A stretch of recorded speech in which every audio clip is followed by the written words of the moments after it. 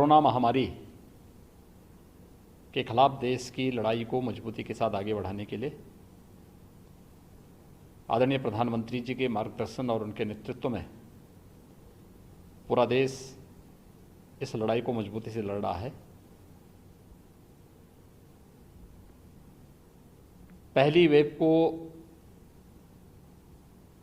पूरी तरह देश के अंदर जीवन और जीविका को बचाने में सफलता के बाद दूसरी वेव ने कुछ समय हमारे लिए भले ही चिंता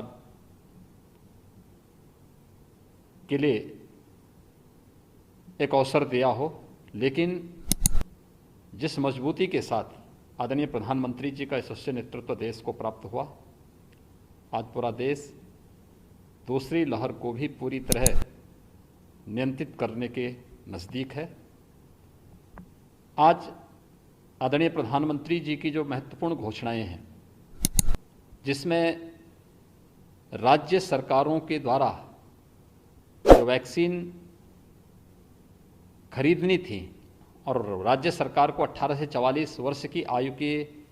युवाओं को वैक्सीन देने के लिए जो स्वतंत्रता दी गई थी,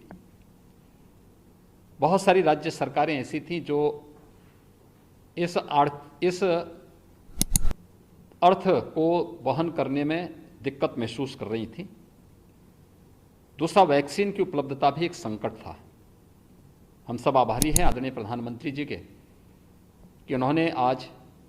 राज्यों की इस समस्या का समाधान भी किया है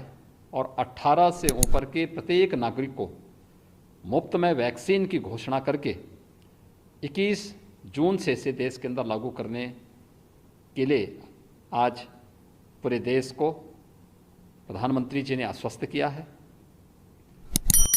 इसके साथ ही गरीब कल्याण पैकेज के अंतर्गत मई और जून का खाद्यान्न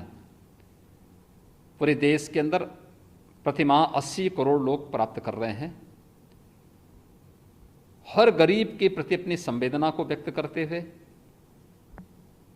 संकट के समय किसी भी गरीब को भूखों न सोना पड़े और इस महामारी के खिलाफ देश की इस लड़ाई को हम मजबूती के साथ आगे बढ़ा सकें, इस दृष्टि से गरीब कल्याण पैकेज के अंतर्गत प्रतिमाह 80 करोड़ लोगों को देश के अंदर खाद्यान्न उपलब्ध कराने की घोषणा दीपावली तक करने के लिए भी मैं आदरणीय प्रधानमंत्री जी का आभार व्यक्त करता हूं। आदरणीय प्रधानमंत्री जी ने कोरोना के खिलाफ इस लड़ाई में कोविड प्रोटोकॉल का जो आह्वान किया है, मेरी पूरे प्रदेशवासियों से अपील है कि हम सब उस कोविड प्रोटोकॉल का पालन करें, जिसमें 2 गज की दूरी, मास्क है जरूरी का पालन तो अनिवार्य रूप से है ही, लेकिन हम कोविड टेस्ट से न भागें।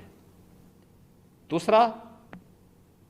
वैक्सीन में नंबर आने पर, हमारी पारी आने पर हम वैक्सीन अवश्य लेंगे। किसी भी प्रकार की भ्रामक और अफवाह में पड़ने की बजाय हम वैक्सीन लेकर के सुरक्षा कवच जरूर लें। मैं एक बार फिर से आदरणीय प्रधानमंत्री जी के देश के प्रति उत्कृष्ट नेतृत्व और संवेदनशीलता के लिए हृदय से आभार व्यक्त करता हूं।